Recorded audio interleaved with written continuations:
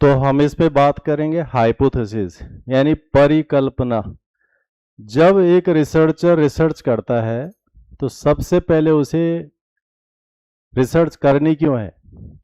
Research हमें किसी समस्या के समाधान के लिए करनी होती है। यानी कोई समस्या है, समस्या क्या है? भारत की जनसंख्या तेजी से बढ़ रही है, या फिर ग्रामीण क्षेत्र की महिलाओं को एम्पावर कैसे कर सकते हैं, सशक्त कैसे बना सकते हैं, इस पर रिसर्च करनी है।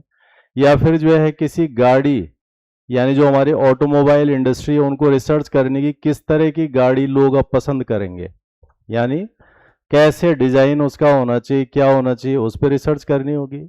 या फिर जो है हमें ये देखना है कि हमारे खिलाड़ी ओलंपिक में मेडल कैसे जीते हैं, तो जो फिजिकल चीज़ों के एक्सपर्ट्स होंगे वो उस पर रिसर्च करेंगे।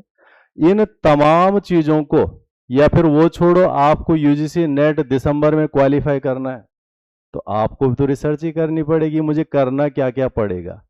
तो जब हम किसी समस्या के समाधान के लिए कोई सॉल्यूशन ढूंढना चाहते हैं और एक परफेक्ट प्रिंसिपल बनाना चाहते हैं कि हाँ इस तरह से इस समस्या का समाधान होगा, तो उसके लिए हमें क्या करनी पड़ती है? कि कल्पना, एक परिकल्पना करनी पड़ती है कि मैं ऐसी तैयारी करूंगा, ऐसी कोचिंग करूंगा, ऐसे नोट्स बनाऊंगा, ये चीजें डालूंगा, इस तरह से करूंगा और मेरा दिसंबर में यूजीसी नेट क्वालिफाई हो जाएगा। This is the hypothesis.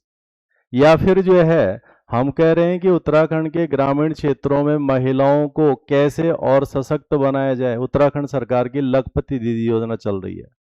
So this is the solution for the problem. तो हाइपोथेसिस किस तरह की होती हैं, परिकल्पनाएं कैसी होती हैं, ये हमने इस चैप्टर के अंदर समझना है। Which is the part of research aptitude, ये शोध अभिरुचि का एक हमारा क्या है? महत्वपूर्ण हिस्सा। तो आप इसमें देखेंगे कि हाइपोथेसिस, ये हाइपोथेसिस यानी परिकल्पनाएं कई ढंग से करते हैं हम, उसमें हम इसको कैटेगराइज कर सकते हैं कि किस किस तरह की हाइपोथेसिस होती है। जब आगे आप पढ़ेंगे तो वहाँ हम सुनते हैं नल हाइपोथेसिस होती है, ऑल्टरनेटिव हाइपोथेसिस होती है, या फिर जो है इस तरह के अलग अलग सेगमेंट्स हैं उसके अंदर। तो वो क्या है? तो पहले आप यहाँ पे देखेंगे कि जो पहली तरह की हमारी एक रिसर्च हाइपोथेसिस होती है, इसको हम कहते हैं टेंटेटिव स्टेटमेंट। जैसे नाम से लग रहा है अस्थाई कथन है, ये अस्थाई कथन। तो हाइपोथेसिस एक इस तरह की होती है जिसे हम कहते हैं टेंटेटिव स्टेटमेंट। जब आप टेंटेटिव स्टेटमेंट की बात करते हैं, अस्थाई कथन की बात करते हैं, तो उसका लॉजिक क्या होता है? जैसे यहां पर है, students who regularly take online classes scores better on exam than those who are not. ये हमारा एक तरह का अस्थाई कथन है कि जो बच्चे ऑनलाइन कक्षाएं कर रहे हैं, जैसे कोविड के दौरान की स्थिति की हम बात कर रहे हैं कि कुछ बच्चे ऑनलाइन क्लास कर रहे हैं, कुछ बच्चे ऑनलाइन क्लास नहीं कर रहे हैं, तो हमने एक टेंटेटिव स्टेटमेंट क्या बना रखा है कि जो बच्चे थोड़ा भी ऑनलाइन क्लासेस कर रहे हैं उनकी स्थिति परीक्षा में बेहतर होगी, बजाय कि उनके जो बिल्कुल भी कक्षाएं नहीं कर रहे हैं। ये जो हमारा एक कल्पना का स्टेटमेंट है, इसे कहते हैं हम टेंटेटिव स्टेटमेंट या अस्थाई कथन है। ये हाइपोथेसिस का एक पार्ट है, यानी परिकल्पना का एक पार्ट है। तो यहां पर आप क्या देखते हैं? टेंटेटिव स्टेटमेंट को हम कैसे डिफाइन कर रहे हैं? Testable methods for relationship between two और मोर वेरिएबल्स। यहां पर होता क्या है, हमने पीछे वेरिएबल्स यानी चर बताए थे। चर हमने कैसे समझाए थे कि जितना भी मुख्य काम होता है उस मुख्य काम के साथ में जितने और चीजें जुड़ी होती हैं वो उसके साथ वेरिएबल्स यानी चर होते हैं।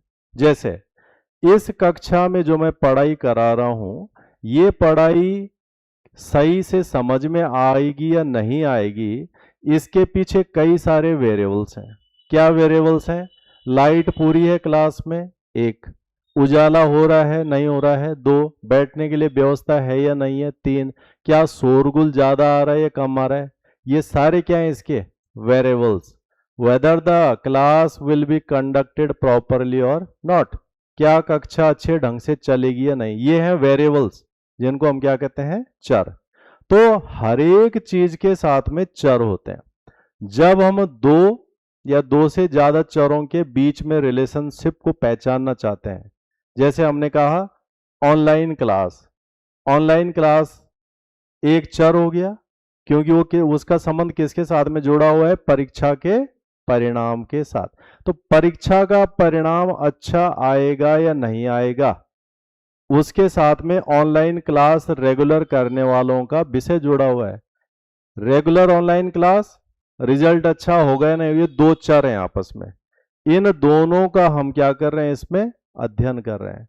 और यही हमारी हाइपोथेसिस है इसमें कि क्या रिजल्ट अच्छा आएगा और कैसे आएगा अच्छा रिजल्ट, क्या तरीका होगा अच्छा रिजल्ट आने का।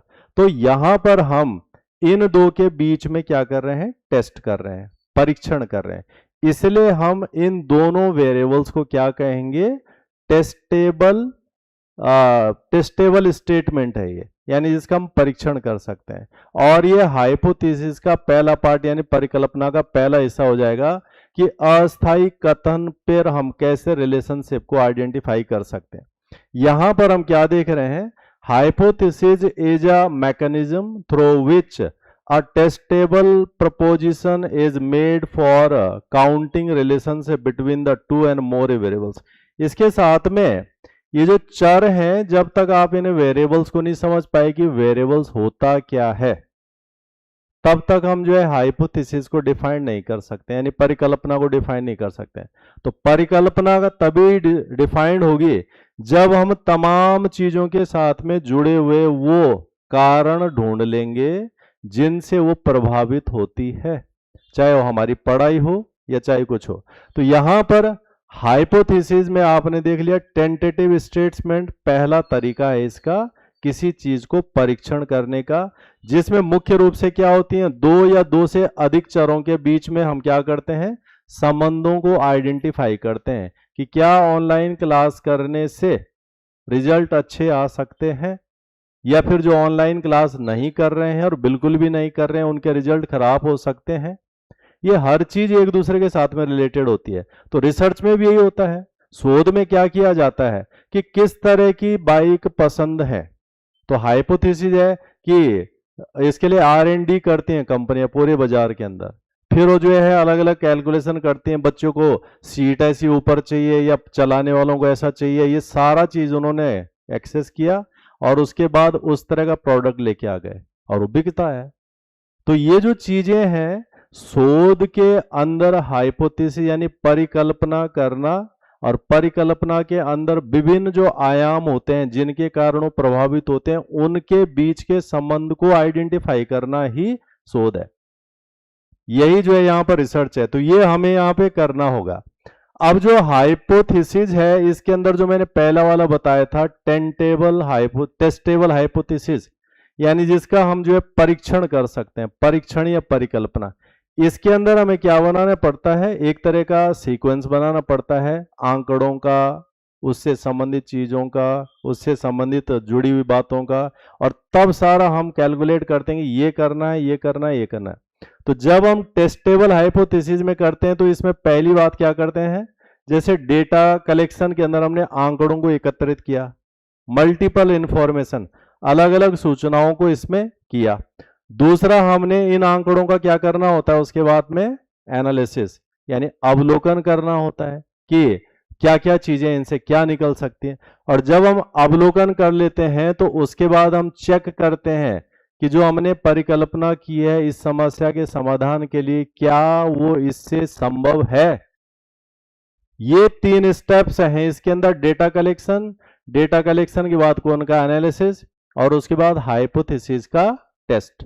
तो कहने का तात्पर्य ये हुआ कि हम कोई रिसर्च कर रहे हैं, चाहे वो ह्यूमैनिटीज में कर रहे हैं, साइंस में कर रहे हैं या किसी और चीज में कर रहे हैं, किसी भी चीज में जब हम रिसर्च कर रहे हैं, जैसे हम कह रहे हैं कि हमें माउंट एवरेस्ट पर चढ़ना है, ये हमारा सब्जेक्ट है कि माउंट एवरेस्ट पे चढ़ना है। अब माउंट एवरेस्ट पे चढ़ना है तो चढ़ने से पहले क्या करनी पड़ती है, उसके लिए एक रिसर्च करनी पड़ती है, कैसे कैसे चढ़ेंगे, क्या क्या करना पड़ेगा। तो उसके लिए हम क्या करेंगे कि जितने लोग अभी तक चढ़े हैं वहां पे उनके द्वारा बहुत सारी जानकारियां दी जाती हैं कि पहले इतने दिन तक चलना चाहिए, फिर बेस कैंप में जाना चाहिए, फिर इतना चलना चाहिए, फिर ये ध्यान रखना चाहिए बर्फ ना आ जाए, वहां जो बवंडर ना आ जाए, ये ध्यान रखना चाहिए, मौसम का ध्यान रखना चाहिए, खाना साथ में रखना चाहिए, पीने के लिए पानी का, ये सारी क्या है इंफॉर्मेशन। ऐसी तमाम तरह की इंफॉर्मेशनों को हमने इकट्ठा करा। इकट्ठा करने के बाद हमने क्या किया, उनका अवलोकन किया, यानी हमने ऑब्जर्व किया कि हाँ मेरे पास क्या क्या है, इन्होंने क्या क्या कह रखा है, और इसके अलावा हम और क्या चीजें, क्यों नहीं, क्योंकि कईयों ने जो है फेल्योर वाली जानकारी भी दी होंगे, यानी कई सारे ऐसे लोग होंगे जो आधा चढ़े आधा के बाद नीचे आ गए, उनकी भी इंफॉर्मेशन होंगी, और उनके द्वारा जो गलत स्टेप्स उठाए गए थे उनकी भी जानकारी होंगी। तो हमें वो सारी फिल्टर आउट करनी होंगे कि गलत जानकारियों को हटाओ, सही जानने को जोड़ो, सब चीजों को ऑब्जर्व करो। ऑब्जर्व करने के बाद हमें पॉइंट्स बनाने पड़ेंगे, पहले क्या करना पड़ेगा, फिर क्या करना पड़ेगा, फिर क्या करना पड़ेगा, फिर क्या करना पड़ेगा, फिर क्या करना पड़ेगा, ऐसे क्या हो जाएंगे ये पूरे सीक्वेंस। जब हम ये सारी चीजें जो है हमने एनालिसिस के द्वारा हासिल कर ली, उसके बाद हमें क्या करना है, उसको टेस्ट करना है एक बार कि क्या ऐसे पॉसिबल होता है। तो हम क्या करते हैं, आर्टिफिशियल एक हम इस तरह का अप्रोच कर सकते हैं, और तब उसके बाद परीक्षण करते हैं क्या ये चीजें हो पा रही हैं या नहीं हो पा रही हैं। ये हमारा एक टेस्टेबल हाइपोथेसिस का तरीका होता है। और इसमें जैसे हम कह रहे हैं इफ द, जैसे यहां पर एक उदाहरण है, उदाहरण क्या है, सनलाइट एंड प्लांट्स के बीच का रिलेशनशिप आइडेंटिफाई करना हमने, यानी सूरज का प्रकाश और पौधे, इनके बीच का एक टेस्टेबल हाइपोथेसिस है। उसमें क्या है, if the hours of the sunlight received by the plant are increased, its length will also be increased। ये हमारा एक परीक्षण का विषय है, और परीक्षण में क्या कह रहा है कि अगर सूरज के प्रकाश के घंटों को बढ़ाएंगे तो पौधे की लंबाई बढ़ जाएगी। और ये चीज जो है एक टेस्ट करने वाला विषय है। जब हम इसको टेस्ट करेंगे तो इस टेस्ट को हम किसके अंदर डालेंगे, टेस्टेबल हाइपोथेसिस। तो जैसे आप देखते हैं, आप नर्सरियां देखी होंगी आपने, नर्सरियों में क्या बिछाते हैं ऊपर से, वो नर्सरी में जो नीचे पौधे लगे होते हैं उसके ऊपर जो है उन्होंने क्या लगाया होता है, एक छेद वाला कपड़ा लगाया होता है। कौन सा रंग का होता है वो, जनरली ग्रीन।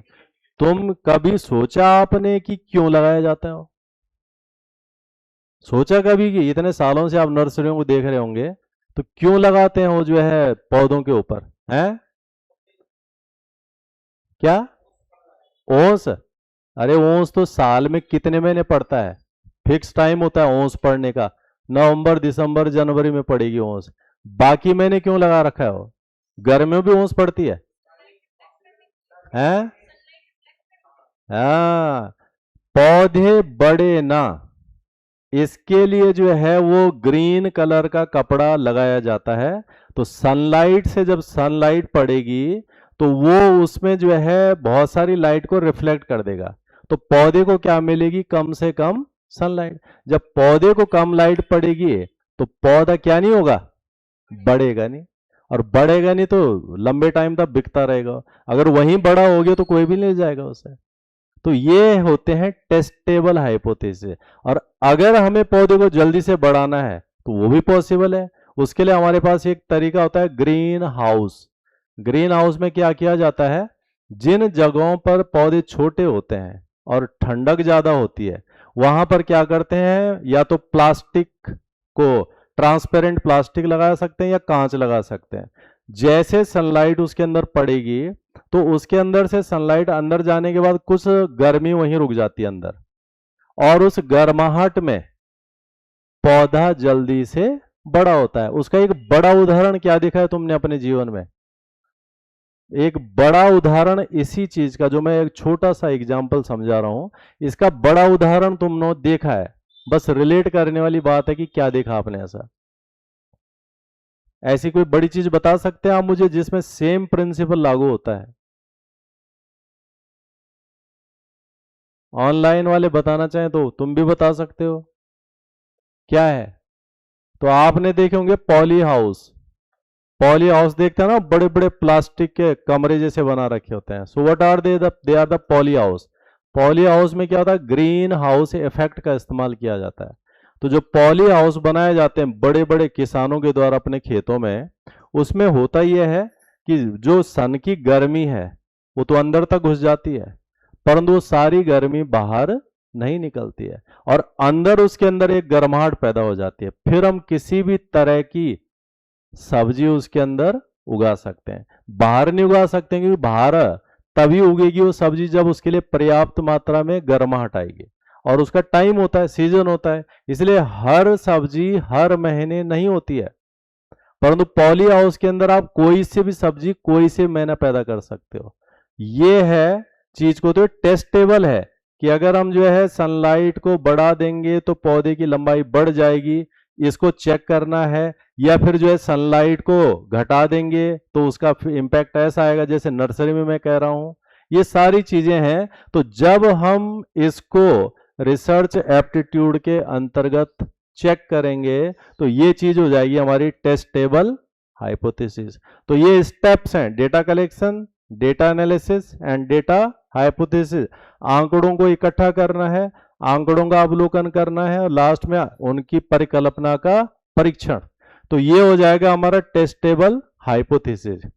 अब हम जो है हाइपोथेसिस का काम क्या है, क्यों हमें परिकल्पना करनी पड़ती है, उसके पीछे हमारा उद्देश्य क्या होता है, लक्ष्य क्या होता है। तो जब आप इसके अंदर जाएंगे, क्या है पीढ़ी, ये कुछ लेकर है पॉली हाउस, अच्छा ठीक है। अब इसमें हम बात कर रहे हैं कि what is the function of hypothesis, परिकल्पना का काम क्या होता है, क्यों करनी पड़ती है हमें वो। तो परिकल्पना हमें इसलिए करनी पड़ती है कि इससे क्या होता है, स्पष्टता ला सकते हैं हम, स्पष्ट संक्षिप्तता।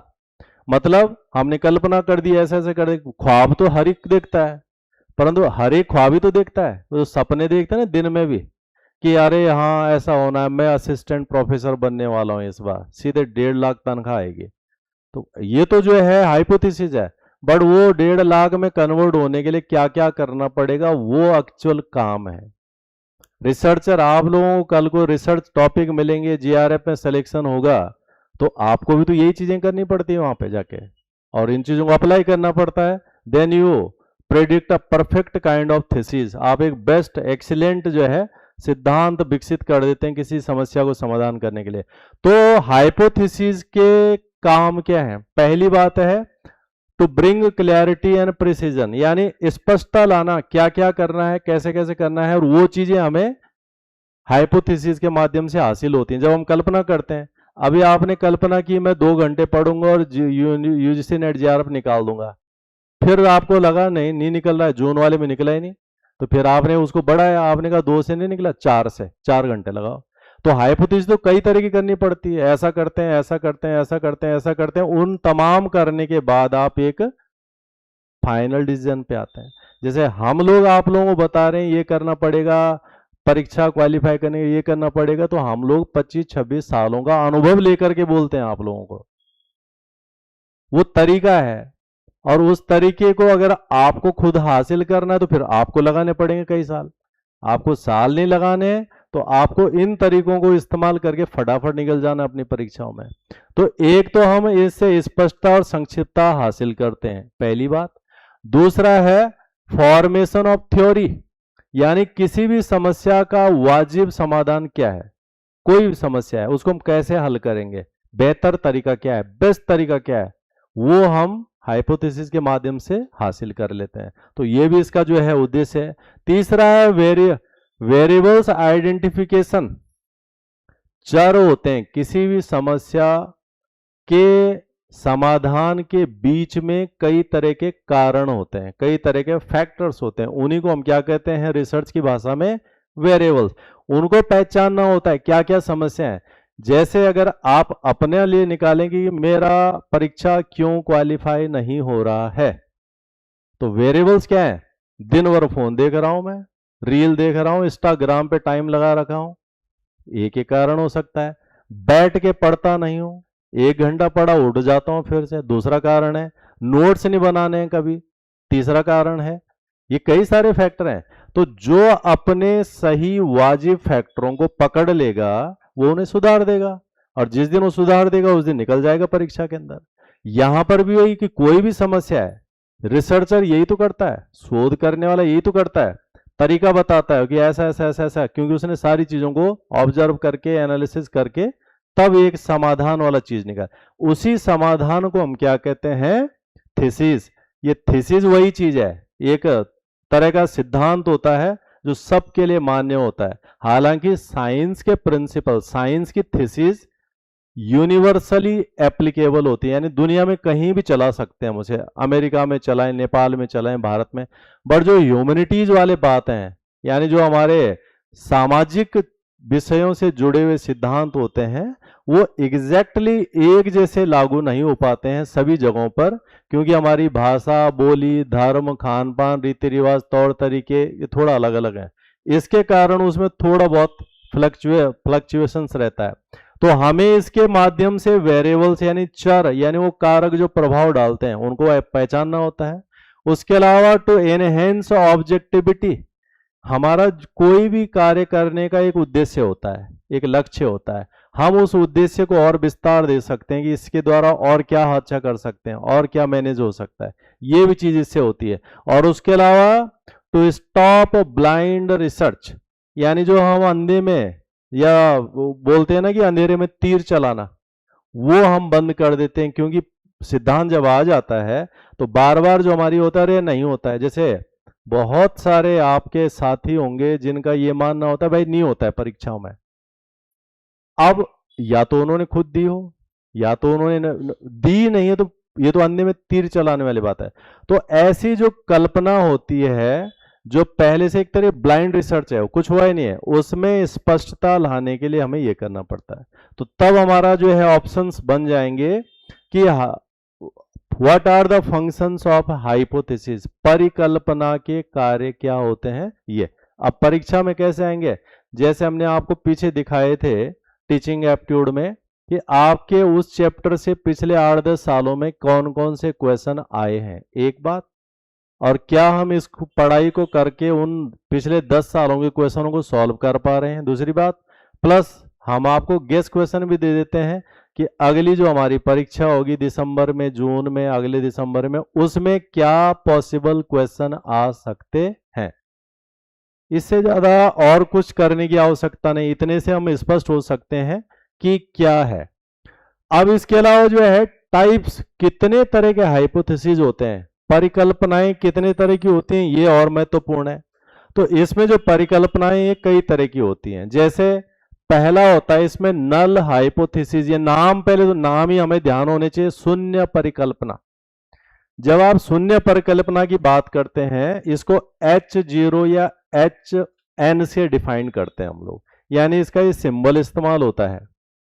जब हम जो है नल हाइपोथेसिस की बात करते हैं तो इसका तात्पर्य होता है कि दो चीजों के बीच में, दो समूहों के बीच में, दो वेरिएबल्स के बीच में सीधा इसका इस पर कोई असर नहीं है, सीधा इसका इस पर कोई असर नहीं है। अगर मैं ये कहूं कि लगातार एस्प्रिन की टैबलेट खाने से हृदय को कोई समस्या नहीं होती है, यानी हृदय की समस्या, एस्प्रिन खाने का विषय दोनों अलग अलग है, इनके बीच में कोई इफेक्ट नहीं आता है। तो अगर परीक्षा में उसने ऐसा पूछ दिया, while taking aspirin tablets regularly there is no effect on heart attacks, और तब वो पूछेगा कि इसमें कौन सी हाइपोथेसिस है, तो फिर आपको बताना पड़ेगा इसमें नल हाइपोथेसिस है, शून्य परिकल्पना है। रीजन आपको बता रहा हूं मैं कि जहां पर दो चीजों के बीच में, दो समूहों के बीच में एक दूसरे का कोई सीधा संबंध नहीं होता है, वो नल हाइपोथेसिस कहलाती है। अभी हम उसको डिस्कस करेंगे डिटेल में। उसके अलावा ऑल्टरनेटिव हाइपोथेसिस होती है, इसमें एक का असर दूसरे पे होता है, यानी ये शून्य का जस्ट अपोजिट है। वहां इसका उस पे कोई असर नहीं है, उसका इस पे कोई असर नहीं, यहां इसका उस पे असर होता है, उसका इस पे असर होता है, तो ये इससे डिफरेंट होती है। ऑल्टरनेटिव हाइपोथेसिस वैकल्पिक परिकल्पना, इसे H1 या H2 से डिफाइन करते हैं। उसके अलावा होता है positive hypothesis, positive and negative hypothesis, इसको भी हम डिस्कस करेंगे कि ये क्या क्या चीजें हैं। नकारात्मक और सकारात्मक परिकल्पना, हाइपोथेसिस ऑफ नो डिफरेंस, बिना अंतर की परिकल्पना। डिक्लेरेटिव हाइपोथेसिस, घोषणात्मक परिकल्पना। डायरेक्शनल हाइपोथेसिस और नॉन डायरेक्शनल हाइपोथेसिस, ये नाम है इन कल्पनाओं के कि क्या क्या ये होते हैं। हमने इनको अब जो है समझना है कि ये कैसे कैसे होते हैं और किस तरह के होते हैं। नाम समझ में आ गए? सुने हैं पहले? कुछ सुने हैं? तुमने नहीं सुने? पीछे सुने हैं कभी? पढ़े नहीं है कभी? हैं? पढ़े हैं, पता है थोड़ा बहुत। तुम्हें पहली बार? पहले तैयारी की नहीं कभी? पहली बार है? ज्यादा वैसा तो नहीं लग रही क्या है ऐसा? अरे वैसा क्यों लगना है? प्रोफेसर साहब बनोगे तो 1.5-2 लाख जब आती है तब पता लगता है कि ये तो पढ़ना ही पढ़ना है? तो समझ में नहीं आएगा तो पूछना है बाद बीच में, जब मैं बोलूंगा कि पूछो, कुछ भी आता है ये समझना है, क्योंकि ये वो पार्ट है जिसमें आप लोग सीधे 80 से 85 से 90% नंबर ला सकते हो। ये ऐसे और हम यहाँ करते हैं 90% मार्क्स तक ला सकते हैं फर्स्ट पेपर में हम। सेकंड पेपर में आप 50-55% ले आओ, आपका सीधा जीआरएफ होगा, क्योंकि 200 प्लस के आसपास अगर हमारे नंबर आ जाते हैं तो हमारा नेट जीआरएफ निकलता है, सीधा सीधा जीआरएफ।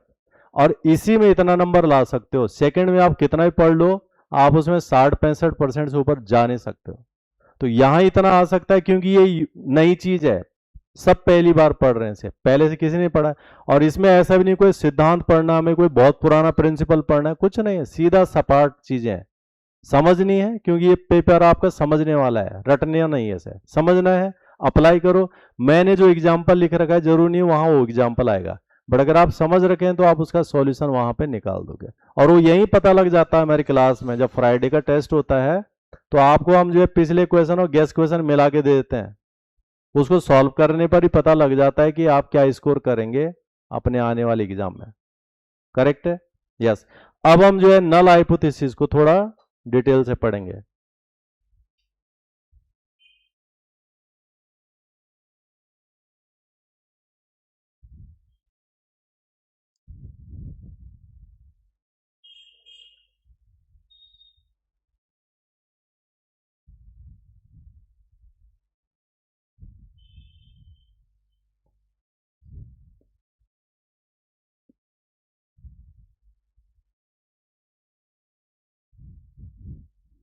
तो पहला हिस्सा है हमारा इसमें नल हाइपोथेसिस।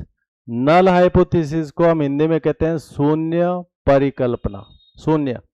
अब इसको हमने कहा है H0 से इंडिकेट करते हैं हमेशा, ये इसका सिंबल है, संकेत है कि परीक्षा में हमें H0, H1, HN ऐसा करके लिख के देगा हमें। तो इसका मतलब मैं क्या समझा रहा हूं आपको कि it is a statistical statement that assumes that there is no real relationship, effect or difference between two variables or groups। इसका मतलब यहां पर नल हाइपोथेसिस की सामान्य परिभाषा ये हुई कि जो दो चर हैं, दो जो ग्रुप हैं, उनका एक दूसरे के बीच में कोई सीधा संबंध नहीं होता है। जैसे मैंने उदाहरण आपको बताया था कि अगर एक आदमी रोज एस्प्रिन की गोली खा रहा है तो ये एक चर्चा होती रहती है कि भाई ज्यादा एस्प्रिन मत खाओ, हार्ट अटैक आ सकता है, ऐसा बोला जाता है। अब इसका मतलब हार्ट अटैक अगर एस्प्रिन के कारण आ रहा है तो एस्प्रिन का इफेक्ट है ना उस पर, तो ये नल नहीं है, फिर ये ऑल्टरनेटिव में चला जाएगा।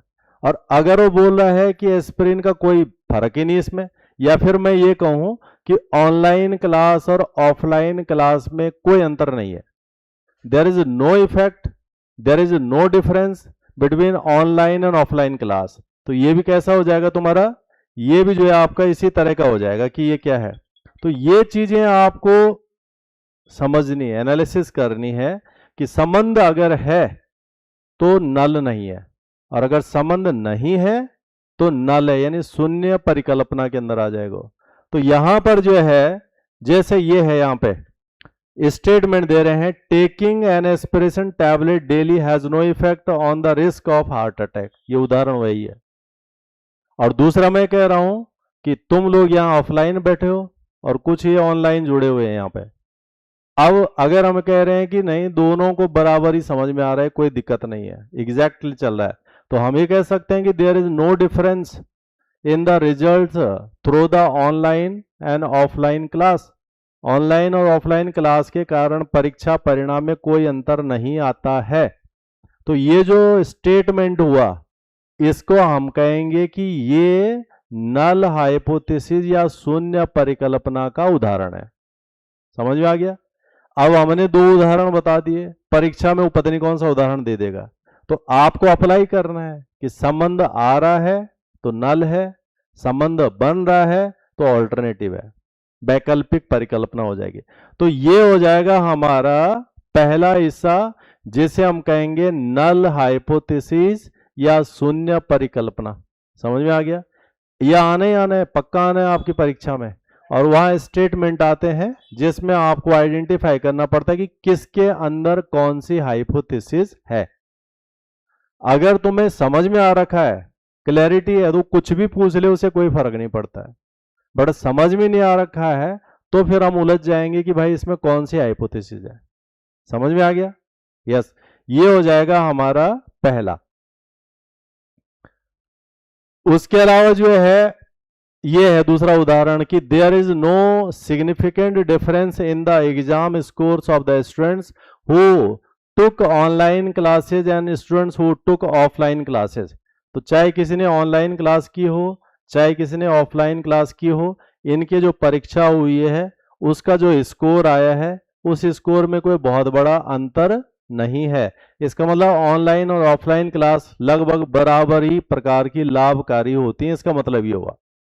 ऐसे और भी चीजें हो सकती हैं, तमाम चीजें जो है जहां पर हम देख सकते हैं कि दो के बीच में संबंध नहीं है। तो दो के बीच में संबंध नहीं है तो वो हो जाएगा नल हाइपोथेसिस या शून्य परिकल्पना। क्लियर है? यस। इसके बाद दूसरा आता है इसमें ऑल्टरनेटिव हाइपोथेसिस, जो सीधा सीधा नल हाइपोथेसिस का अपोजिट है, यानी ये उसके विपरीत है। इसमें क्या है? It is a statement that suggests that a relationship or effect exists between the variables. It is in opposite of the null hypothesis. तो इसमें क्या कह रहा है? वैकल्पिक परिकल्पना कथन वह कथन है जिसमें एक चर या एक समूह का दूसरे के ऊपर प्रभाव पड़ता है, और अगर ये प्रभाव पड़ता है तो तब हम ये कह सकते हैं कि ये शून्य परिकल्पना के सीधे अपोजिट है, यानी विरोधाभासी है उसके। वहां प्रभाव नहीं पड़ता, यहां पड़ता है प्रभाव। जैसे उदाहरण है, students who study at night score higher than those who study in the morning. अब ये उदाहरण है कि जो बच्चे रात को पढ़ते हैं उन बच्चों का जो स्कोर आता है, अंक आते हैं, वो ज्यादा आते हैं उन बच्चों के बजाय जो सुबह सुबह पढ़ते हैं। ये हमारा ये क्या है? हाइपोथेसिस है कि इस तरह का अगर एक चीज का प्रभाव दूसरे पे दिखाया जा रहा है तो यह हमारा वैकल्पिक परिकल्पना का उदाहरण हो जाता है। या फिर जैसा दूसरा उदाहरण है, a new drugs is effective in reducing fever, यानी जो नई दवाई आई है वो बुखार को घटाने में ज्यादा प्रभावशाली है। इसका मतलब पहले वाली नहीं थी प्रभावशाली, अब ज्यादा प्रभावशाली आ गई। अगर इस तरह का जो है कॉज एंड इफेक्ट हमें मिलेगा तो इसको कहेंगे हम वैकल्पिक परिकल्पना या ऑल्टरनेटिव हाइपोथेसिस के अंदर ये चला जाएगा। हमारे पास जब मल्टीपल एग्जांपल्स आते हैं, बहुत सारे, यहाँ पर हम टेस्ट में भी देंगे उन्हें, कि अलग अलग उदाहरणों को बना करके हमने अलग अलग जो है रख दिए या मिक्स कर दिए, और फिर उसके बीच से हम आइडेंटिफाई कर रहे हैं कि कौन नल हाइपोथेसिस का उदाहरण है, कौन ऑल्टरनेटिव हाइपोथेसिस का उदाहरण है, या कौन और किसी का उदाहरण है। तो यहां पर ये दो और इसका जो सिंबल्स होता है ये होता है H1। समझ में आ गया? कोई डाउट है इसके अंदर? कोई क्वेश्चन है, कंफ्यूजन है तो बोलिए। जो कंफ्यूजन होगा वो वहीं पे पूछ लेना है, या फिर हम इसी तरह से अगर ऐसे कहें कि drug A is more effective than drug B, दवाई ए दवाई बी से ज्यादा प्रभावशाली है, अगर ऐसा हमारे पास उदाहरण है तो ये भी ये दिखा रहा है कि एक ज्यादा प्रभावशाली है दूसरे के कंपैरिजन में, तो यहां पर जो है कॉज एंड इफेक्ट अलग अलग आ रहा है एक दूसरे का, उसके ऊपर आ रहा है, तो ये भी जो है ऑल्टरनेटिव हाइपोथेसिस का जो है उदाहरण हम जो है उसमें देख सकते हैं। या फिर जैसे हम ये कहें कि skin problems can be reduced और been treated by this medicines far better than this one, यानी जो त्वचा की समस्याएं हैं उस त्वचा की समस्या को हम इस वाली दवाई से ज्यादा अच्छे से ठीक कर सकते हैं बजाय कि उस वाली के। तो ये जो डिफरेंस आता है, अंतर आते हैं, प्रभाव का चेंज जो हमें दिखता है, ये सारे के सारे चले जाते हैं हमारे ऑल्टरनेटिव हाइपोथेसिस या वैकल्पिक परिकल्पना के अंदर। तो पहला हो गया हमारा शून्य परिकल्पना, दूसरा हो गया हमारा वैकल्पिक परिकल्पना, सिंबल भी ध्यान रखना है उसको H0 से, इसको H1 से, या उसको HN से भी दिखाते हैं, किसको, शून्य परिकल्पना को। तो ये हमारे जो है इस तरह की चीजों के अंतर्गत आ जाएंगे। समझ में आ गया? कुछ पूछना है इसमें, यहां पे पूछ सकते हैं, girls and boys do not perform equally well in mathematics, ये क्या होगा? Girls and boys do not performs equally in mathematics, लड़के और लड़कियां गणित विषय में समान प्रकार से प्रदर्शन नहीं करते हैं। ये कैसा उदाहरण है? क्यों है?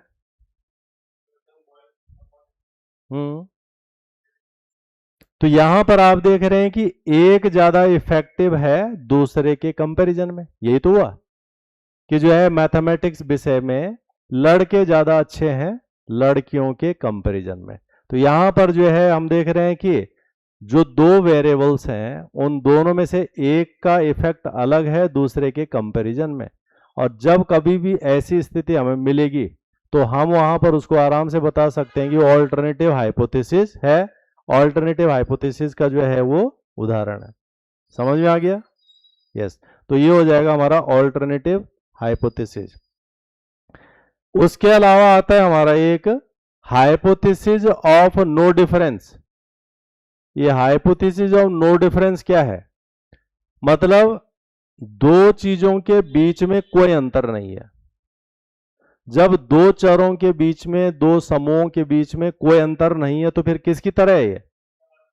है ये नल हाइपोथेसिस की तरह, बट ये होता है एक, तो ये नाम है, इसको हम कहते हैं बिना अंतर की परिकल्पना, यानी दो के बीच में कोई डिफरेंस नहीं है, और इसको हम कैलकुलेट कर सकते हैं कि ये फिर किसकी तरह है? ये नल हाइपोथेसिस, यानी इसमें कोई जो है डिफरेंस नहीं है। तो ये क्या है? It assumes that there is no real difference effect or relationship between the two variables or groups, and that any observed differences are due to solely to chance, यानी वास्तव में उनके बीच में कोई अंतर नहीं है, वास्तव में उनके बीच में कोई डिफरेंस नहीं है, वास्तव में कुछ नहीं है, बट अगर कुछ बहुत थोड़ा अंतर है तो जो है नाम मात्र का होता है या बाई चांस हो जाता है, मतलब हो गया, अदरवाइज है नहीं।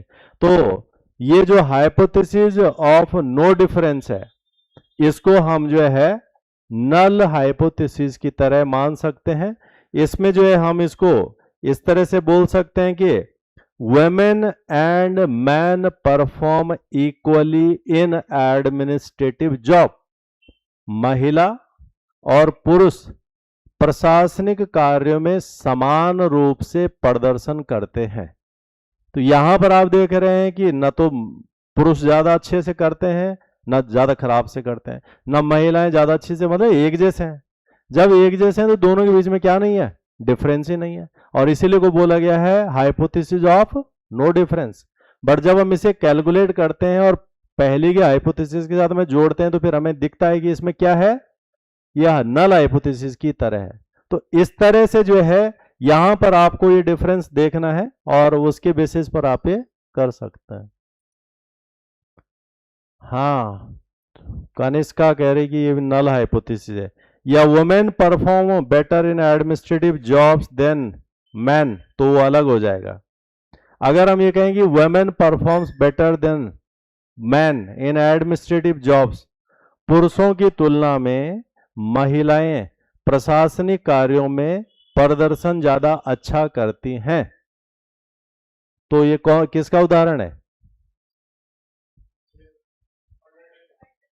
ये ऑल्टरनेटिव हाइपोथेसिस का उदाहरण है। तो तीन हाइपोथेसिस आप देख रहे हैं, नल हाइपोथेसिस एक, ऑल्टरनेटिव हाइपोथेसिस दो, और हाइपोथेसिस ऑफ नो डिफरेंस। ये तीन हमने पढ़ लिए हैं। इसके अलावा इसमें हमने कुछ और भी पढ़नी है, जैसे declarative hypothesis, directional hypothesis, non directional hypothesis, और तब हम जो है इससे जुड़ी हुई चीजों को और इसके अंदर डिस्कस कर लेंगे। ठीक है? यहां तक कोई समस्या है, कोई कंफ्यूजन है, कोई डाउट है, कोई क्वेश्चन है तो वो उठाइए और वो पूछो। क्लियर है? समझ में आ गया?